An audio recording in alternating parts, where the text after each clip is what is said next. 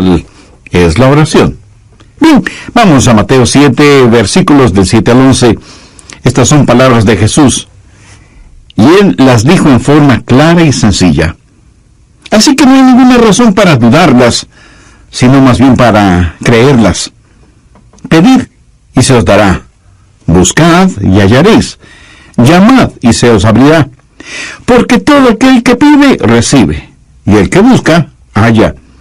Y al que llama, se le abrirá. ¿Qué hombre hay de vosotros que si su hijo le pide pan, le dará una piedra? O si le pide un pescado, le dará una serpiente? Pues si vosotros, siendo malos, sabéis dar buenas dádivas a vuestros hijos, ¿cuánto más vuestro Padre que está en los cielos dará buenas cosas a los que le piden? Hagamos 3 divisiones fáciles de este mensaje al pensar en los principios de la oración. Primero, la razón para la oración. En mi vida he meditado mucho acerca de la razón para orar. ¿Por qué Dios quiere que oremos? Jesús enseñó en forma sencilla y clara que nuestro Padre Celestial sabe de las cosas que tenemos necesidad aún antes de que las pidamos, ¿verdad? Entonces, ¿por qué tenemos que decirle lo que necesitamos? ¿Y por qué tenemos que pedirle lo que Él ya ha determinado darnos porque nos ama? ¿Alguna vez usted ha pensado en el misterio que significa la oración? Por último, ¿por qué oramos? Veamos Mateo 6, los versos 7 y 8. Y orando, no uséis vanas repeticiones como los gentiles que piensan que por su palabrería serán oídos. No hagáis, pues, semejantes a ellos, porque vuestro Padre sabe de qué cosas tenéis necesidad antes de que vosotros le pidáis. En estos versículos aprendemos ciertas cosas. Primero, no oramos para impresionar a Dios. Usted no tiene que ser un Cervantes o un experto en el idioma español. Tampoco tiene que ser un poeta para utilizar un lenguaje florido. Usted, por mucho que se esfuerce, no puede orar para impresionar a Dios. Segundo, usted no ora para informar a Dios, porque el Padre Celestial conoce cuáles son sus necesidades. Tercero, oramos a Dios para invitarle a que trabaje en nuestro corazón y en nuestra vida. Y si alguien me pregunta, pastor, ¿por qué debemos hacer eso? Permítame darle 3 razones para hacerlo. Primero, es lo que yo llamo el factor delicia. Verá, Dios quiere que le amemos y quiere tener comunión con nosotros. Dios puede administrar este universo sin nuestras oraciones. Pero si Él lo hiciera así, usted y yo no tendríamos el privilegio de trabajar con Él y tener comunión con Él. En el capítulo 15 de Juan, Jesús se refirió a sí mismo como la vid verdadera, y nosotros somos los pámpanos. Y en Juan 15:4 Jesús dijo, permaneced en mí y yo en vosotros. Como el pámpano no puede llevar fruto por sí mismo si no permanece en la vid, así tampoco vosotros si no permanecéis en mí. Jesús está haciendo énfasis en la realidad y la necesidad que tenemos de permanecer en Él, porque sin Él nada podemos hacer. Y en el verso 7 Jesús dijo, si permanecéis en mí y mis palabras permanecen en vosotros, pedid todo lo que queréis y os será hecho. La oración es la manera que tiene Dios de que nos peguemos a Él. Es una manera de que nosotros habitemos en Él y Él en nosotros hasta que tengamos la misma clase de unión, de fusión que existe entre la vid y los pámpanos. Nosotros no lo podemos hacer sin Él y Él no quiere hacerlo sin nosotros. Una vez recibí la llamada del rector de un colegio invitándome a que vaya a dar una serie de mensajes. Yo le dije que me hubiera gustado mucho hacerlo, pero que mi agenda no me lo permitía. Y él me dijo, si le mando un piloto, vendría. Y yo, titubeando, le dije que no estaba seguro. Y me dijo, tenemos un piloto muy bueno, es piloto de un avión jet. Bueno, terminé aceptando la invitación. Y fui al aeropuerto, al lugar señalado. Y sí, ahí estaba el piloto. Pero el avión no era ningún avión jet. sino una pequeña avionetita que parecía de juguete. De todas maneras me subí y me senté junto al piloto rumbo al colegio en donde tenía que andar. El piloto me preguntó, ¿sabe cómo manejar una avioneta? Y yo le dije que no.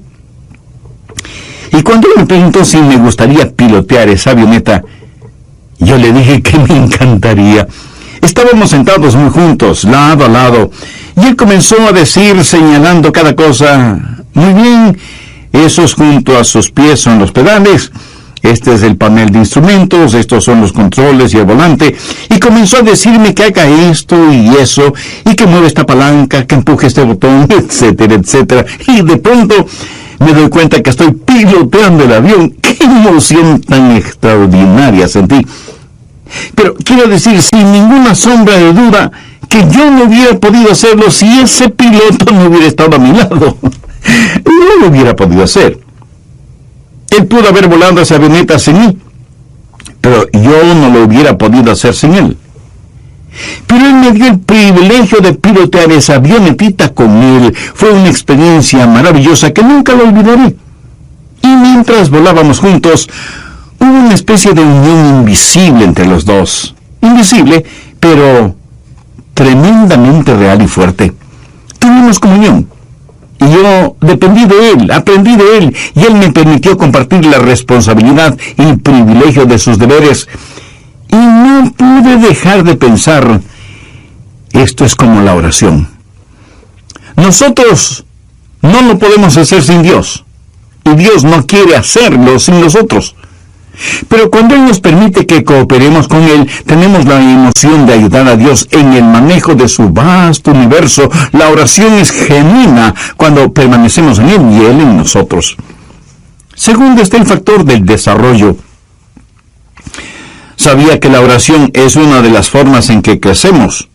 O sea, nos desarrollamos en oración. Veamos nuevamente Juan 15:7. Si permanecéis en mí y mis palabras permanecen en vosotros, pedid todo lo que queréis y os será hecho. Algunas veces oramos y parece que no llega ninguna respuesta. Y comenzamos a estudiar la palabra de Dios, comenzamos a buscar el rostro de Dios, y empezamos a crecer en gracia y en el conocimiento de nuestro Señor y Salvador Jesucristo, hasta que llega la respuesta que puede ser sí, no o espera. Un jovencito puede tener un interés particular por una muchacha y quiere tener una cita con ella. Así que le pide una cita y ella le dice que no. Y él se pregunta, ¿por qué no querrás salir conmigo? ¿Será que tengo un mal aliento? Así que presta más atención a su higiene dental. Y le vuelve a pedir una cita y ella nuevamente le dice que no. Ahora él se pregunta, ¿será cuestión de mi aspecto en general? Y pone más atención en tener las uñas limpias, en cortarse el pelo y en ponerse ropa limpia. Luego le pide a la chica salir con él y nuevamente ella le dice que no. El pobre muchacho está desconcertado y piensa, debe ser algo más. Tal vez mis modales. A lo mejor la forma en que como. Y él mejora notablemente sus modales sociales y nuevamente, ya casi sin ninguna esperanza, él le pide a la chica que salga con él y para su sorpresa, ella le dice que sí. ¿Qué sucedió? Que en todo ese proceso de querer salir con ella, él estuvo mejorando su manera de ser, sus modales, su aspecto físico, tratando de que ella le acepte. En otras palabras, él estuvo creciendo en forma integral. Y eso es exactamente lo que la oración hace. Pedimos a Dios algo y no tenemos respuesta. Y pedimos otra vez y decimos, Señor, ¿será que tengo egoísmo en mi vida? ¿Será mi falta de fe? ¿Será mi poco interés en estudiar tu palabra? ¿Será mi falta de entrega y compromiso contigo? Mi amigo, la oración no solo es una delicia, sino que también es una forma de desarrollo. Nos ayuda a crecer en la gracia y conocimiento de nuestro Señor y Salvador. Tercero está el factor de dependencia. Dios nunca quiere que vivamos independientemente de Él. Si Dios fuera a hacer las cosas por nosotros en nuestras oraciones, fracasaríamos en tener la clase de dependencia que debe existir entre la vid y los pámpanos. Sería trágico si Dios administrara este universo sin tomarnos en cuenta para nada, porque no conocemos la delicia de la oración. Nunca conoceríamos del crecimiento y el desarrollo que viene con la oración. Así que, sea que entendamos la filosofía de la oración o no, sabemos que Dios nos ha invitado a orar y nuestro Señor nos manda que oremos. ¿Qué es lo que pedimos en la oración? En Mateo 7:7 Jesús dice: pedid y se os dará, buscad y hallaréis, llamad y se os abrirá. Observemos esto. Primero, pedid. Simplemente pedir. Dios nos ordena que pidamos. ¿Sabe usted que el gran problema en la oración no es la oración no contestada, sino la oración no ofrecida? Miremos lo que dice Santiago 4:3. Pedís y no recibís. Jesús dice que debemos pedir. La oración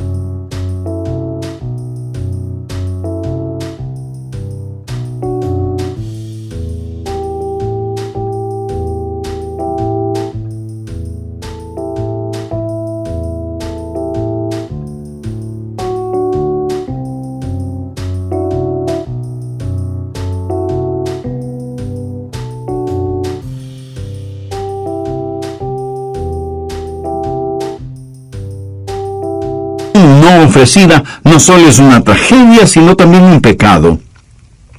En Lucas 18:1, Jesús se refirió a la necesidad de orar siempre. Y también enseñó que debemos velar y orar. Anota el margen en Filipenses 4:6. Por nada estéis afanosos, si no sean conocidas vuestras peticiones delante de Dios en toda oración y ruego con acción de gracias. La oración debe ser algo tan natural, tan normal como el respirar. Pablo dijo que debemos orar por todo, porque si le interesa a usted, también le interesa a Dios. Ahora, si usted no puede orar por algo, o sabe que sería erróneo orar por algo, entonces también es erróneo el hacerlo. No divida su vida entre lo secular y lo sagrado. No diga: bueno, oraré si voy a predicar un sermón, pero no tengo que orar cuando voy de pesca. ¿Cree usted que hay algo de malo en orar a Dios cuando va de pesca? ¿O cuando va a jugar su deporte favorito? ¿O cuando invierte tiempo en sus pasatiempos? Años atrás, junto con unos amigos, estuve en Cabo Cañaveral, en la Florida. Estuvimos pescando. No había ido de pesca por mucho tiempo. Tenía mi caña de pescar, mis anzuelos, la carnada, absolutamente todo. Y en el lugar en donde fuimos a pescar, yo estaba un poco lejos de mis amigos, con el agua hasta mis rodillas. Y a la distancia podía escuchar las voces de mis amigos atrapando peces. Y yo no pescaba nada. Y oré y dije: Señor, no estoy pescando nada, mientras que mis amigos aparentemente sí lo están haciendo. Señor, tú sabes que he estado trabajando muy fuerte y que a los tiempos vengo a pescar. Ayúdame a pescar no un pez chiquito, sino uno realmente grande. Y lancé una vez más el anzuelo con la carnada en el agua. De pronto, la línea se tensó, y yo también. Entusiasmado comencé a enrollar la línea y de pronto la trucha más grande que he visto en mi vida estaba frente a mí. Era una trucha que pudo haber ganado cualquier concurso por peso y tamaño. Unos momentos antes le había pedido a Dios que me ayude a atrapar un pez grande. Y ahí estaba un pez no solo grande, sino enorme. ¿Sabe lo que hice de inmediato? Le agradecí a Dios y le dije: Señor, eso fue formidable. Déjame atrapar otro más.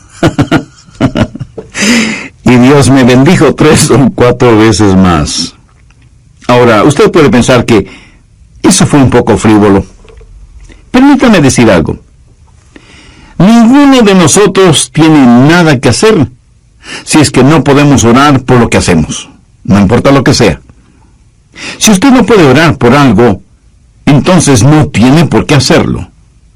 Si algo usted no le puede pedir a Dios, entonces no tiene por qué desearlo. La Biblia dice: en todo con oración y súplica. ¿Puede usted pensar en algo que sea demasiado grande para Dios o demasiado pequeño para que no lo note o para que lo note? Piénselo. Pablo en Filipenses 4:6 dice: por nada estéis afanosos, si no sean conocidas vuestras peticiones delante de Dios, en toda oración y ruego, con acción de gracias. Así que debemos pedir, y alguien me preguntará: pastor, ¿y qué si quiero algo incorrecto? Bueno, usted no pide lo incorrecto, pero sí le puede decir a Dios: Señor, estoy anhelando algo que es incorrecto, ayúdame a eliminar ese deseo de mi corazón. No importa lo que sea, preséntelo a Dios en oración. Nuestra responsabilidad es el pedir. La responsabilidad de Dios es el dar, siempre y cuando nuestro pedir sea de acuerdo a su voluntad. Pero no solo debemos pedir, sino que también debemos buscar. ¿Qué quiero decir con discernimiento? No solo que debe haber deseo, sino también discernimiento. Cuando usted está buscando, pudiera haber algo que usted no ve o algo que usted no conoce. Y si usted está buscando algo, quiere decir que es algo que está perdido o no se sabe. Y usted está tratando de encontrarlo, de saberlo. Podríamos decir, está tratando de descubrir algo. Amigo, amiga, ¿ha descubierto ya la realidad de Dios en su vida? Para que pueda orar a Dios, primero tiene que conocer a Dios, y para conocer a Dios usted debe haber recibido en su corazón al Señor Jesucristo como su Salvador y Señor personal. Si aún no lo ha hecho, lo puede hacer este mismo momento. Arrepiéntase sinceramente de sus pecados, agradézcale a Jesús si no recibís porque pedís mal, para gastar en vuestros deleites. Yo puedo pedir por necesidades personales, pero no puedo pedir por necesidades egoístas. Y pudiera ser que Dios mismo quiere que busque. Antes de darme lo que Él quiera darme, Él quiere que yo quiera más de Él que aquello por lo cual estoy pidiendo. Por eso Santiago 4:8 dice: acercaos a Dios, y Él se acercará a vosotros. Así que pudiera ser que Dios quiere que yo me acerque a Él y que le busque, y que deje de practicar oraciones tibias o totalmente vacías. Dios hace negocios con aquellos que seriamente quieren hacer negocios. Pudiera ser que Dios quiera que yo busque su poder, que viene por medio de la pureza, de acuerdo a lo que dice Santiago 5:16, la oración eficaz del justo puede mucho. Ahora note la progresión: deseo, discernimiento y determinación, pedir, buscar y golpear o llamar. ¿Dónde golpea? En una puerta que está cerrada. Y cuando ora, debe mantenerse orando hasta que se abra la puerta. Eso sí, hay barreras que tenemos que vencer cuando oramos. Golpear. Este verbo está en tiempo presente y literalmente significa mantenerse golpeando. Pero a veces la respuesta de Dios es diferente. Pedimos una cosa y Él nos da otra. Y de hecho, a veces Dios nos niega ciertas cosas. Le pedimos algo y Dios nos dice: no, eso no es bueno para ti. No quiero que lo tengas. Estás pidiendo por un motivo equivocado. Por cierto, en algunas ocasiones la respuesta de Dios puede demorar. Y de eso estoy hablando este momento. Tenemos que golpear y mantenernos golpeando la puerta. Yo sé que esto es un poquito difícil de entender, pero es una verdad bíblica. Voy a tratar de ampliar este asunto de golpear o llamar. Busque Lucas 11:5. Jesús aquí está hablando acerca de la oración, y en Lucas 11:1 los discípulos le dijeron: Señor, enséñanos a orar. En todo esto el tema es la oración. Primero el hombre llamando, golpeando la puerta de su vecino, de su amigo, para pedirle que le preste un poco de pan. Está llamando a la puerta de alguien que conoce y que le ama, y le dice: tengo una necesidad, tengo visitas inesperadas, pero no tengo nada para darles de comer, y me sentiré muy avergonzado si no puedo servirles algo. Préstame 3 panes. ¿Qué es lo que sucedió? Veamos Lucas 11:7. Y aquel respondiendo desde adentro le dice: no me molestes, la puerta ahí está cerrada. Podría ser que todo esto de la puerta cerrada no signifique gran cosa para usted. Pero en esos días las cerraduras eran muy complicadas. No era nada fácil el abrir una puerta. Y mis niños están conmigo en la cama. No había un dormitorio para cada uno. Todos dormían en un mismo cuarto, y el levantarse significaba que todos lo hicieran. Y en la misma casa guardaban a los animales, los que también podían despertarse. Y los perros, los propios y los del vecino, comenzarían a ladrar. Por eso el hombre le contestó: no puedo hacerte este favor, lo siento mucho. Ahora note lo que dice el verso 8. Os digo que aunque no se levante a dárselo por ser su amigo, sin embargo, por su inoportunidad se levantará y le dará todo lo que necesite. Y yo os digo: pedid y se os dará. Buscad y hallaréis. Llamad y se os abrirá. Usted pide, ese es su deseo. Usted busca, eso es discernimiento. Usted llama, eso es determinación. Ahora, sea que usted esté de acuerdo o no, sea que lo entienda o no, amigo, usted tiene que llamar a las puertas del cielo, y a veces tiene que persistir en llamar para que sus oraciones sean contestadas. Vamos ahora a Lucas 18, empezando en el primer versículo. También les refirió Jesús una parábola sobre la necesidad de orar siempre y no desmayar. Ese no desmayar significa no dejar de orar. A veces oramos, llamamos a la puerta una vez, y una voz desde adentro nos dice que nos alejemos, y nos vamos. Dios no quiere que nos alejemos. Dios quiere que nos mantengamos pidiendo, buscando, llamando. Sigamos leyendo en Lucas 18. Había en una ciudad un juez que ni temía a Dios ni respetaba a hombre. Había también en aquella ciudad una viuda, la cual venía a él diciendo: hazme justicia de mi adversario. Y él no quiso por algún tiempo. Pero después de esto dijo dentro de sí: aunque ni temo a Dios ni tengo respeto a hombre, sin embargo, porque esta viuda me es molesta, le haré justicia, no sea que viniendo de continuo me agote la paciencia. Y el Señor dijo: oíd lo que dijo el juez injusto. ¿Y acaso Dios no hará justicia a sus escogidos, que claman a Él de día y de noche? Se tardará en responderles. Usted me pregunta: pastor, ¿por qué Dios se queda en la cama y no se levanta a abrir la puerta de inmediato? ¿Por qué no me hace justicia frente a mi adversario ahora mismo?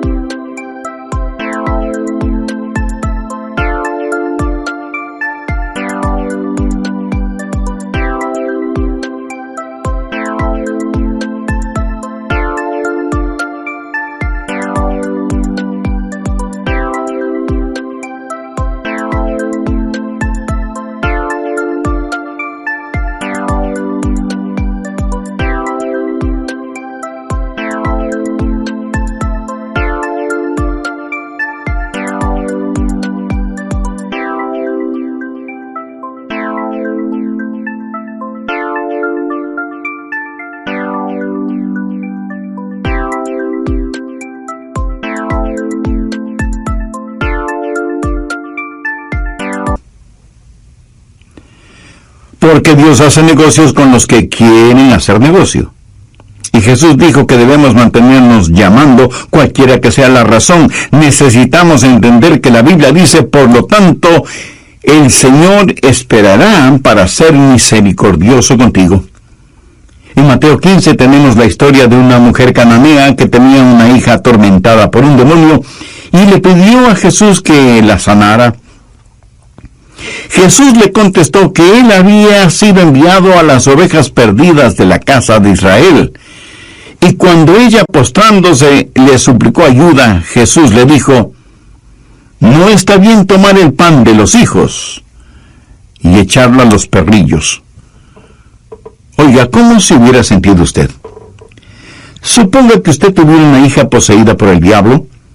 Usted se acerca a este hombre que supuestamente es el Salvador y el Señor del universo, este que dicen está lleno de compasión, y él le dice, perro, aléjate de mí.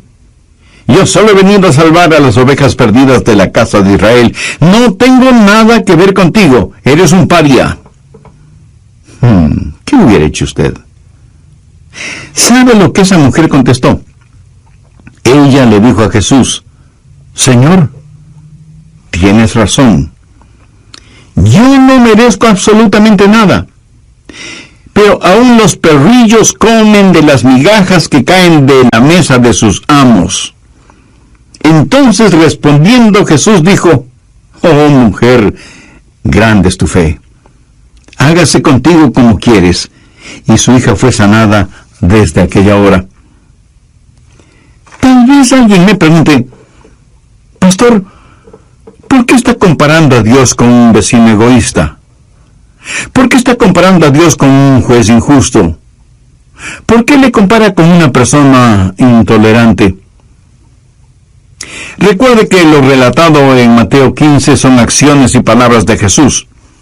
Pero Jesús no está diciendo que Dios es un juez injusto, o que es un vecino egoísta, o que no tiene respeto por las personas. Pero lo que la Biblia enseña es que necesitamos persistir en la oración. Necesitamos pedir si es que queremos recibir, y necesitamos buscar. ¿Hay algo que Dios está tratando de enseñarnos aquí? ¿Hay alguna pieza en este rompecabezas que no necesitamos? Y cuando pedimos y cuando buscamos, entonces llamamos y seguimos llamando. En Primera de Reyes 18, Elías oró y cerró las fuentes de los cielos, y no llovió sobre la tierra por algunos años. Y luego Dios le dice a Elías que vaya donde el rey Acab y le diga que la lluvia vendrá. Leamos desde el verso 41 de Primera de Reyes 18. Entonces Elías dijo a Acab, sube, come y bebe, porque una lluvia grande se oye. De paso, recuerde que por años no había caído ni una sola gota de lluvia.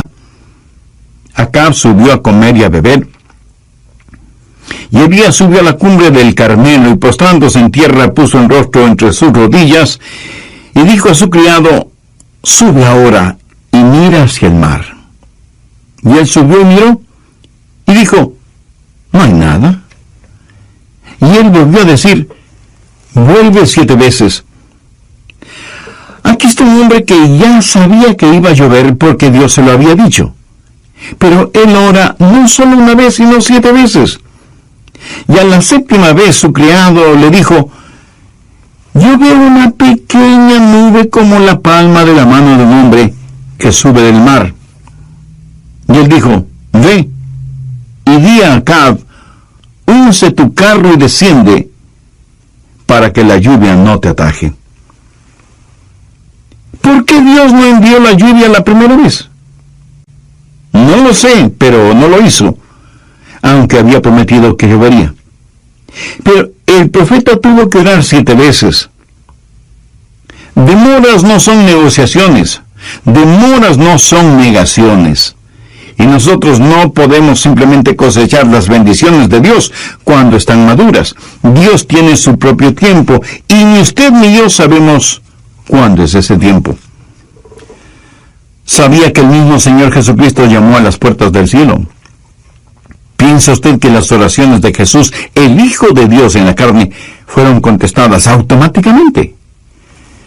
Yo me sorprendí al considerar esta porción bíblica, pero en Mateo 26:44 leemos: y dejándolos, se fue de nuevo, lloró por tercera vez diciendo las mismas palabras.